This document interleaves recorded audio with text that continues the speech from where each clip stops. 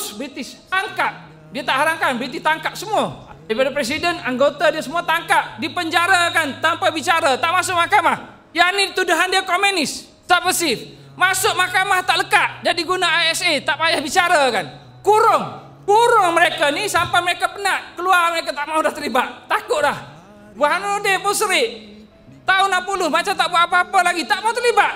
Kemudian lama kemudian pas dah ada, barulah dia sertai dilantik sebagai presiden.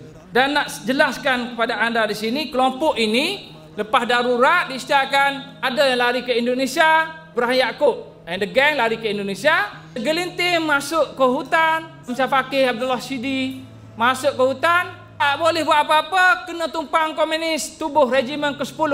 Dia cimpin di tubuh regimen ke-10 khas untuk Melayu. Tak boleh masuk PKM biasa ni. Mereka tak sesuai. Perjuangan PKM ni dia bukan perjuangan komunis saja. Dia perjuangan komunis nasionalis. Kiblat dia negara Cina. Perjuangan dia Cina. Cimpin ni pernah disebut dalam buku dia ni, yang saya baca detail. Dia kata satu masalah dengan PKM ni yang tak dapat sokongan, Melayu tak sokong, ialah kiblat dia Cina. Perjuangan dia untuk Cina, orang Cina. Anggota dia, komrak dia ni, dia suruh kamu kembali fikir bahawa tanah Melayu ni negara kamu, tak boleh. 90% daripada mereka fikir negara mereka yang asal sana. Mereka berjuang buat apa kat sini? Mereka nak tubuh sebuah negara komunis. Sekiranya komunis berkuasa di sini, dia jadi sebahagian daripada negara sana.